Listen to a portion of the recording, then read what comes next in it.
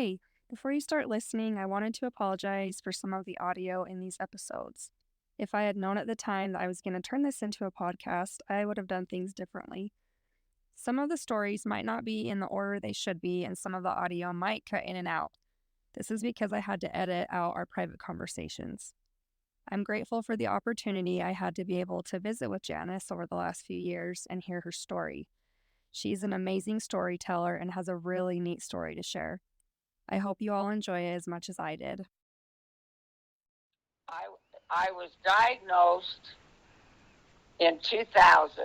Well, in 1984, you didn't have down with lupus.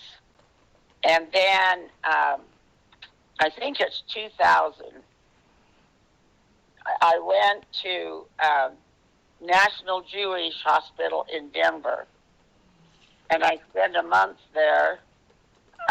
And I was pretty sick.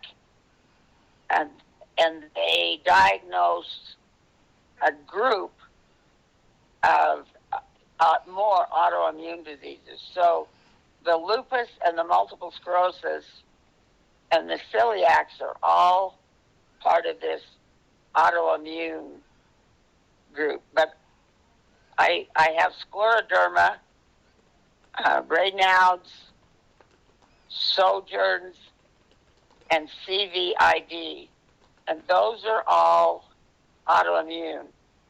And they diagnosed those while I was there in the hospital. And then this was long before I was diagnosed with scleroderma, was when we were in Alabama. So that was 1979. I was in the wheelchair, and we were about a block from the hospital. And it's a huge hospital there, and it was a teaching hospital on base, a great big hospital. And I was close enough that I thought I was able to take myself to the hospital for my appointments. And I had this condition that had started, and it's a side effect or one of the signs that you've got scleroderma, but nobody diagnosed it then, but it was called morphia. And they had a big group of doctors there that were specializing, I don't know what they call that, not residency, but when you're already a doctor, but you specialize in the group. The doctor that was seeing me, he said, do you care if I bring in 6 more doctors to look at this? I said, well, yeah, I guess that's okay. And I'm totally naked, and I'm not skinny. I got a lot to me, and they were all pushing on the skin, and I had a condition called morphia, and it's from the scleroderma. But I ended up, my naked picture, except for my face, is in a medical book because of this condition. And so the skin, my skin, except for up the side of my face and my right shoulder, anyway, the skin was hardening and shiny. And so Uncle Ed every night had to rub my whole body with steroid cream and wrap it in saran wrap. And that, we said we should have bought stock in saran wrap. I mean, you can't imagine how many boxes of saran wrap we went through. So that's just a little tidbit. That was really funny. Oh my gosh. So we had to laugh about that. Oh yeah, for sure. That's all you can do. You can't change it, so just laugh. But we laugh about the things that I've gotten into because of this. But I think I'd recognize my body, but I'm not positive because that was back in 1979. That's a little kinky. I mean, to be wrapped in saran wrap, but Scott and Michelle loved it too, so. Scott lived here the longest. we moved up here just before he turned 12, and Michelle had started college. But we'd been here probably at least 3 times a month, except for when Uncle Ed was working on his master's MBA, and that was all on weekends. So Michelle spent a lot of time up here. Well, anyway, when Scott was a baby, he was about 3 months old. So we put him in the baby buggy without the wheels. You usually could lift him out of there. And we put him in the wagon that had sides on it. Michelle was in the back of the trailer with Scott. She would have been 6. And I was handing her the bricks that we needed to move out of this field. And I picked up a couple of bricks and ran into maybe 10, 15 little baby mice. And I jumped in the back of that wagon, that trailer, shoved Michelle outside, and was just huddled down right next to the baby carriage. I don't know what I thought, how Scott was going to protect me, but she's on the ground thinking, what the dickens happened to me? And then she must have been about 12, so Scott would have been 6. And we'd just come back from Alabama, and we were up here and building a fence on the property across from us. And we were, I'd been in the hospital one of the many times, and but I was walking. But I got really tired, and so we had made piles to burn so that we could put up this new fence. Ed, Michelle, and Scott, Ed said, just sit right here and throw the sticks on the fire. You don't get up and try to do a lot. Let Michelle and Scott and I'll go down and do this brace post and the end. So I did, and I pick up the sticks and just throw them on the fire to keep the fire going. And I picked up a handful of sticks, and I picked up a snake. And the snake was just a little garter snake, but it doesn't matter. They scared the crap out of me. And this snake stuck out its tongue. You know how they had that long, slithery tongue? Mm-hmm. And so I threw the bundle of sticks and the snake and screamed. And they were in the Jeep going down to the field, straight line from me, windows up because it was chilly, and they heard me scream. So they turned around, and Ed thought that maybe because I would lose my vision when I'd have an exacerbation sometimes, and Ed thought I'd lost my vision again. And that poor snake, it didn't even slither off when I threw it. It just stayed right there. So you can tell how brave I am. And then we rented a property up on the hill down about 5 miles from us, but it's got the most gorgeous view of the Wallowas. So Scott and Ed and Michelle and I moved pipe every day on this field, and then we called it our family spiritual experience. We had to do it before church, so Michelle and I would have our showers. All we had to do was put on our dresses, and when we moved the pipe, you had to connect onto the risers. Well, never when we needed a shower. Always on Sunday, those stupid things blew, and we'd get all wet. And then on Saturdays, I'd pack a lunch. And so we'd get in the back of the truck, the yellow truck, And that was our tuna fish sandwiches, and we had a family spiritual experience in the yellow truck moving pipe. So that we always have to ride up there, and check it out. Oh yeah, Scott and I, we built a water fence, and we did all the corrals. We built the corrals down at the ranch, and the fences around where we bring the cattle in. Well, we were setting ties. Scott would lift them in, and I'd shovel the cement and rocks in and pat it down while he'd keep it level.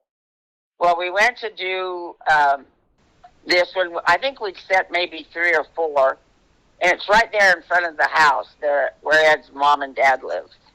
And we smelled a skunk, and Scott went to drop the tie-in, and there was a skunk down in there. So we come back up here to our house, get a 22, go back.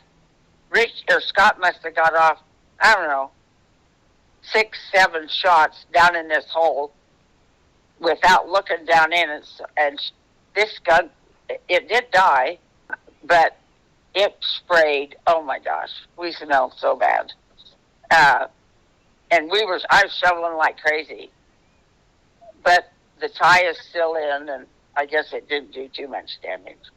But we just had a lot of fun experiences working together. We would tell the future America about ranching and farming that there's not a better way to raise kids than on a ranch, because they have so many opportunities to be responsible. Like Uncle Ed started driving a tractor when he was 5.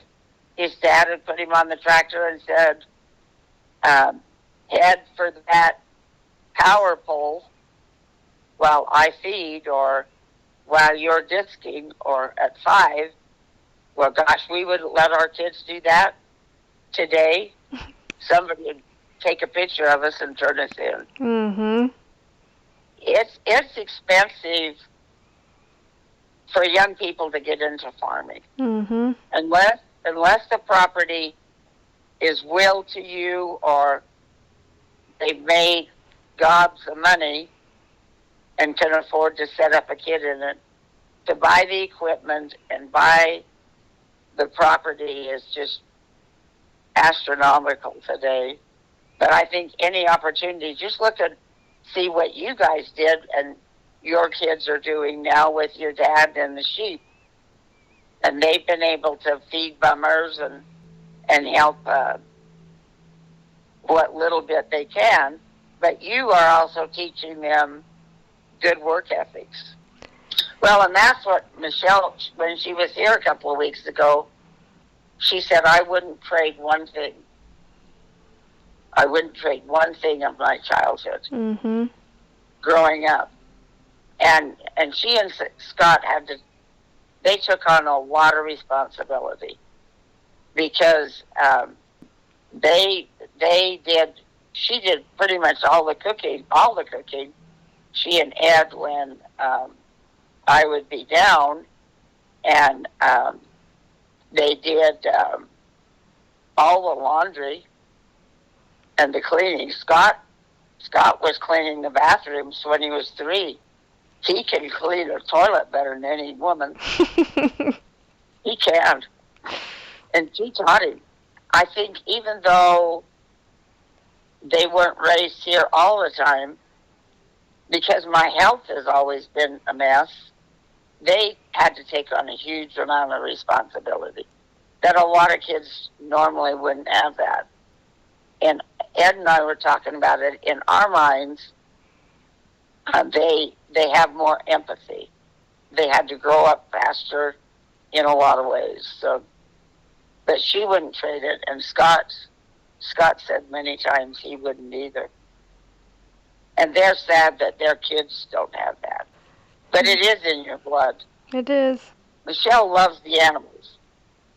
Scott likes the farming, more of it, and the neat fences and the fields that are planted, and he'll help with the cattle if we need him to.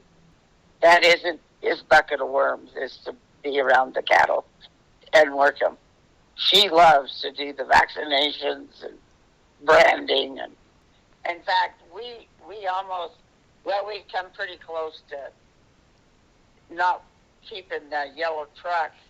I think we just put $900 into it, and then we put a new seat in it, new covering. But we weren't going to do that, and the kid says, "You can't." The grandkids, you can't give that truck away. We need that truck. That's part of our lives. We all learned to drive on that truck, and so we fixed it up, and Uncle Ed still drives it every day. And before Richard and your Grandma Fancy were married, he wasn't even in dental school, I don't think. No, he was in dental school. He must have been in his first year. Anyway, we went to Flaming Gorge, and we'd come from Oklahoma. We'd put the fish on the side of the boat we'd rent and put our motor on it, and they would be on where you put the metal thing through their mouths, and then you just hang them over the side in the water. Mm-hmm. And so we had all of our, she'd give them raisins and marshmallows, and she'd stuff them down their throats, the fish. And this is how stupid we were as parents. So Grandpa and Grandma and your grandpa and Edna and Michelle were in this boat. And we tied the old metal tackle box to Michelle, thinking she wouldn't fall out of the boat. She wouldn't drown. So that was our life preserver for Michelle, was to tie her to the tackle box, which she'd go clear to the bottom if she'd ever fell out. But we had a lot of fun when Richard and I were 5th and 6th grade. We wanted to go pick cherries up in Mapleton, and they were paying, I don't know, maybe 4 or 5 cents a pound to the pickers. I needed some better work shoes, so Mom and Dad bought me new shoes. Richard went in one spot in the orchard, and I was in a tree quite a ways from him. And I had the little bucket, and I was picking the cherries, and I fell out of the tree, ruined my new shoes. I had about a half of a bucket of cherries. I didn't make even 50 cents off the bucket. It cost Mom and Dad more for my broken arm, my shoes, so I never got to go pick cherries. I only had that one experience. And then when I was in 6th grade, we were at the old Reef School. I was ice sliding on a hill before school. And you'd think as active as I was that I wouldn't have broke so much. But I did. I was climbing back up on the ice so I could come down from the top. And I fell down, and I broke my elbow and the bone next to it. So I go to the lunchroom, the bone's sticking out of my right elbow. So Mom gets off work. She calls Dad. He gets off work. They come. They take me to the hospital, and they had to cast it. And back in those days, the casts were pretty heavy. Anyway, they put my arm in a position to where my hand would be right over my heart, so it was bent. And I can't remember how many months. It must have been about 4 months that I had to wear the cast, because when they took the cast off, that's the way my hand stayed. I couldn't bend my arm. And so the physical therapy that Dr. Hughes had me do was I carried a 10-pound bucket of honey, and I started with it up on my chest, and I carried that all day. So I did break my arm a couple of times, too. I broke my leg about 3 times. And you know what's interesting? It was always on the right side. The exacerbations with the MS, that's the side that goes the first. I'll start out, sometimes it starts out just dragging the foot, but that's the weakest side. Yeah, so I'm sure my mother and dad hated the phone call. So what did be great now? So when Scott was in high school, well, before that, Leona and Vernon had I want to say 1972 Dodge, 2-door Dodge, yellow and white. And so Scott, when we first got up here, he would drive it. He didn't have a license. He was only 11 when it started. He would drive it to go move pipe up here for Martha Jane. And we always referred to it as the yellow Ferrari. And it was a real junker. And we would go to all of his basketball games. And it's such a small school, we'd have to drive 3 and 4 hours to the games. So we were coming home from the game. They stopped at a restaurant, and we were already in there. We didn't know they were going to stop. And so we weren't going to get home till like 12, 1 o'clock at night. And then they were going to drop Scott off in Haynes rather than have to go to North Powder and pick him up. So we said, and there was another team in there, and girls were flirting with Scott like crazy. And Ed said, we'll leave you the yellow Ferrari in front of the store.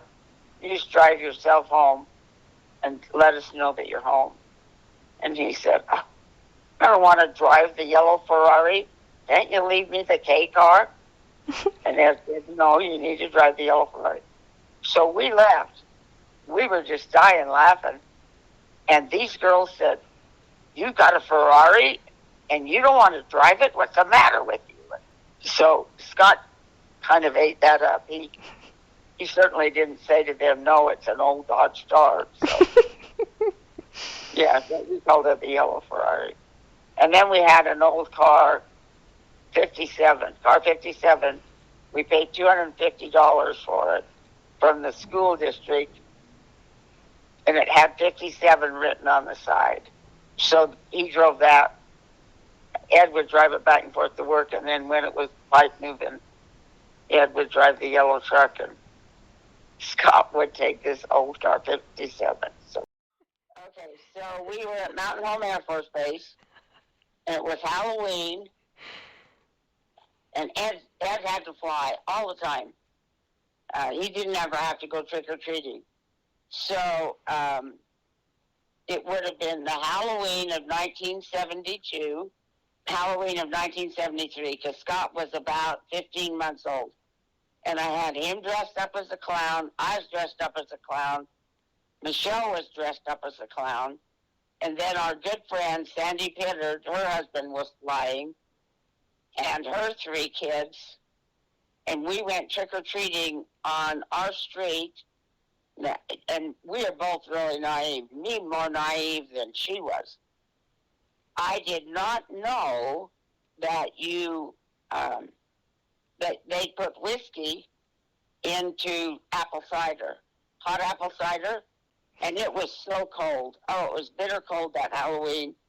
And we were having a ward party after maybe an hour or so after.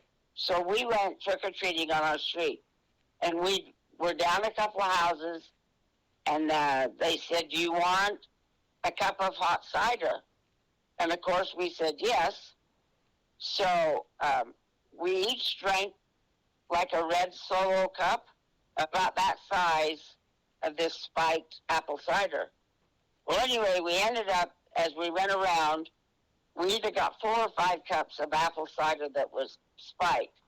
I don't remember driving to the church in our big station wagon, and I had all these pies and cookies and cakes. It was a huge, great big old station wagon. And they said that I backed up the sidewalk of the church to the back door. And I got white clown makeup on, but I guess when I got in there, because I was so drunk, they didn't know it. People unloaded the car, but they said my face was pink. The clown makeup was pink. Well, the next morning, I was really sick. I was throwing up, and I felt terrible. And Ed was down on the flight line, and he called me, and he said, you don't have the flu or anything. You got a hangover. And she was my counselor in Relief Society. Oh my gosh. That is we were funny. really drunk. I don't know if I'd have had any idea, I don't know how I drove. I know. The church was off base. Yeah. I had to go through the security gate to get off base of the church, and through the security gate to get back on. And your face. Yeah, so our Relief Society president now, she was kind of discouraged, and she had called me, and I said, Emily, you're doing a great job. Let me tell you about being Relief Society president. When you get discouraged, think about being drunk. So she'll text me once in a while. She says, I just laughed. She just laughed at it. So, yeah, that's a story maybe our grandkids need to know. Oh, yeah. That's funny. That's a good one. The one time, maybe I told you, Michelle said, she must have been about 15. Danielle was 4. And we were down, and Michelle had been saying for a couple of weeks, I know exactly what I'm getting for Christmas. And I said, no, you don't. Yes, I do. I know exactly everything I'm getting. So she kept that up. So your mom and Danielle and Matt and Jared and Scott and Michelle would put their stockings out. This is my place for my stuff. Well, in Michelle's stocking, we filled it with coal. And she got nothing on the chair. Nothing. And everybody else had all their goodies all piled up. Well, Danielle started to cry when she saw that. And she came over and put her arms around Michelle. You can have some of my stuff since Santa wasn't very nice to you. And she was crying. I just said, I just felt so bad. So I had to explain to her that Santa had left her stuff, that Uncle Ed and I were just playing a joke on her. I had no idea it would upset Danielle so far.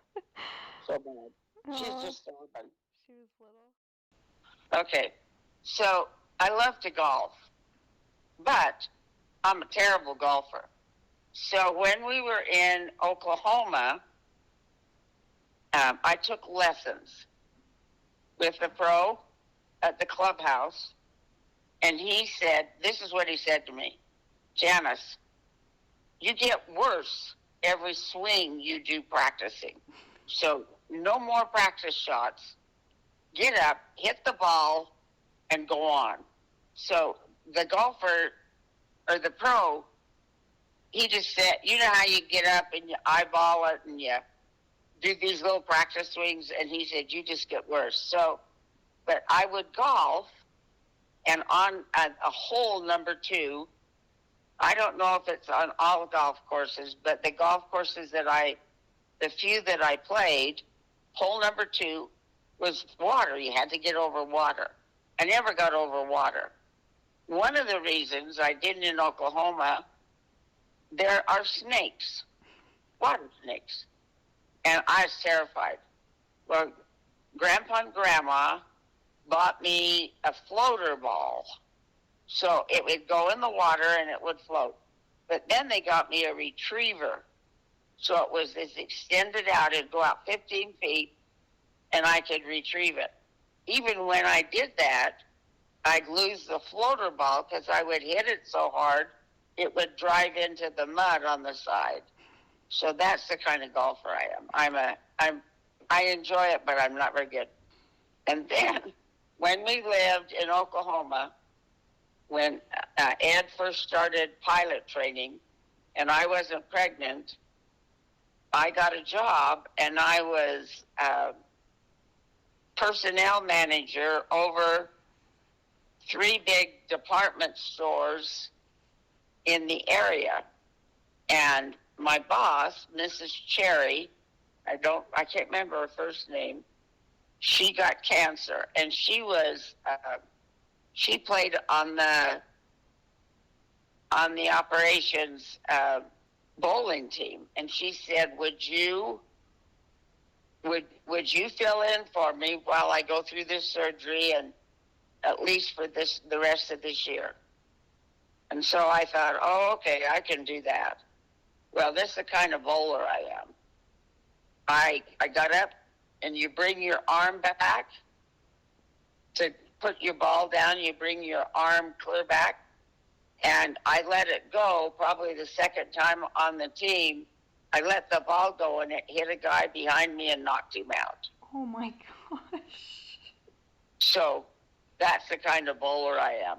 And Grandpa and Grandma, if Richard and Nancy got something, Ed and I got exactly the same thing. So one year they gave us golf clubs. One year they gave us bowling balls and shoes. One year we got a set of dishes.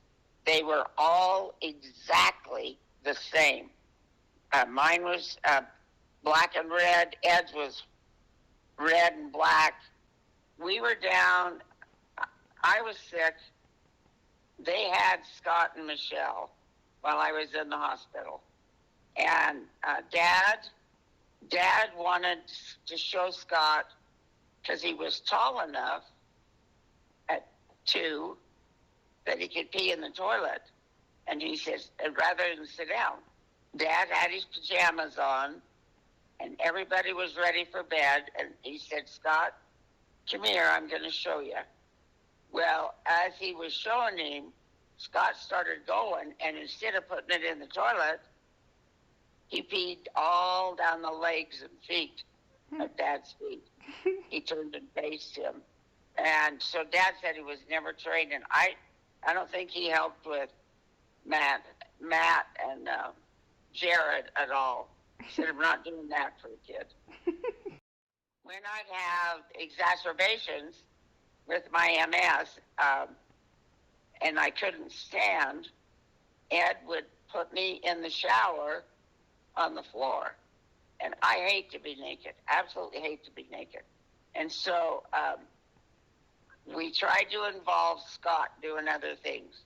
And Mr. Nosy himself comes whipping around the corner in Mountain Home, and the shower was right there. And he said, just as plain as day, he must have been about 4. Anyway, he said, those boobies don't look like Grandma's boobies. Oh. Grandma's come in a box and go squish, squish. So he had been down to Mom and Dad's, and he watched through the crack of the door of Mom taking off her prostheses from the double mastectomy and carefully put them in the box, in the drawer, in that dresser, the vanity. Yeah. And so Scott watched her, and then evidently when she came out and was in the TV room down there, he went in and got the boobies out and felt them, said they got warm and they go squish, squish. And so the whole time he's talking about this. He's doing these animations with his hands.